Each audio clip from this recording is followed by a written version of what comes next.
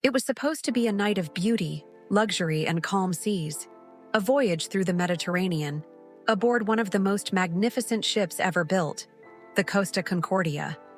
But on the evening of January 13th, 2012, something went terribly wrong.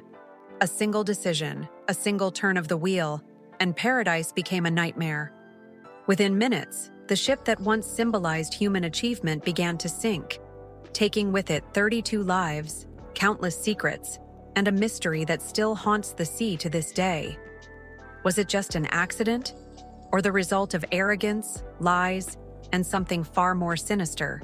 Tonight, we dive beneath the waves to uncover the hidden truth behind the Costa Concordia disaster. Stick around and hit that subscribe button because you won't want to miss what we found. In the stillness of the Mediterranean night, a colossal ship glided across the dark waters, the Costa Concordia. She was a floating palace, a city at sea, with casinos, restaurants, theaters, and lights that rivaled the stars above.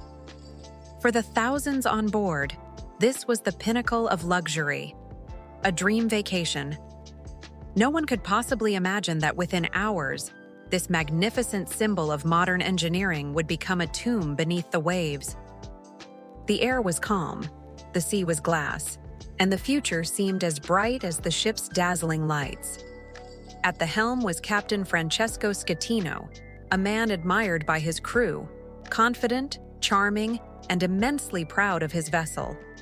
But pride, when unchecked, can be a dangerous navigator.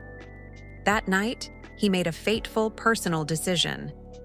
He would steer the 114,000-ton ship dangerously close to the island of Giglio. It was a salute, a risky, unauthorized maneuver to impress the locals on shore and a crew member's family. A gesture that should have been a harmless spectacle, but instead became a deadly, irreversible mistake. On the bridge, a quiet tension began to build as the island lights grew unnervingly close. At 9:45 p.m., the calm was shattered. A deep, grinding rumble vibrated through the entire ship, followed by a violent jolt that sent everything flying. The Costa Concordia shuddered as if struck by an invisible giant fist. Beneath the surface, the truth was far worse. A massive, jagged outcrop of rock had torn through the portside hull, ripping open a 70-meter gash, longer than an Olympic swimming pool. Seawater began to flood the lower decks and engine rooms with terrifying speed. The music in the grand dining halls stopped abruptly. The lights flickered and died, plunging corridors into darkness. Confusion spread like wildfire, quickly turning into a quiet, rising fear. Even as alarms began to blare in the crew-only areas, passengers were told a lie. "Everything is under control," the announcements assured them. "We are just having a small electrical problem." There was no evacuation order, no warning of the mortal danger they were in. Crew members, confused and lacking direction, waited for commands from the bridge that never came. Precious minutes stretched into a full, agonizing hour. And all the while, below deck, the cold Mediterranean Sea rose higher and higher, silently, relentlessly, sealing the ship's fate. Then, the ship began to list. A gentle tilt at first, then a sharp, dramatic lurch. The lie was over. Raw panic erupted.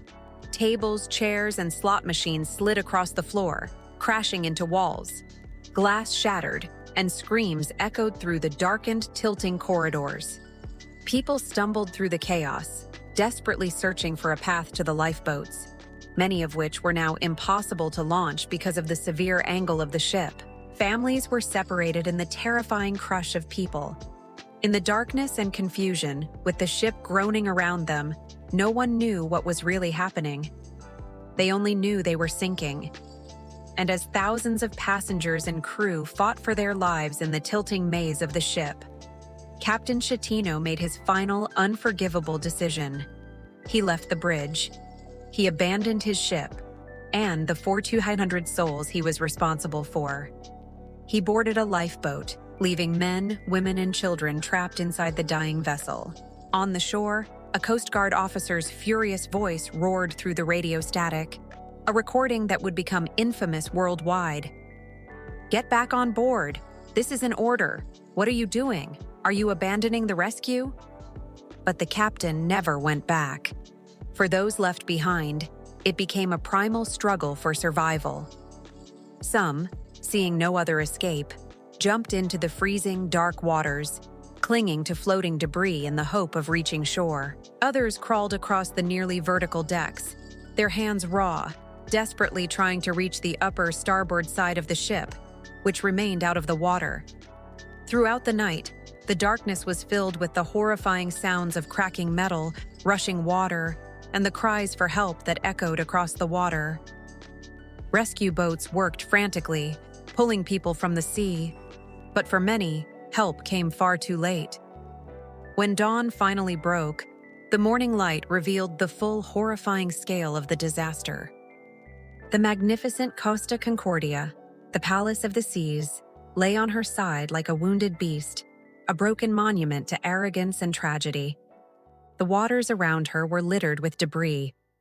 Rescue boats continued to circle the wreck, searching for signs of life. 32 people were lost.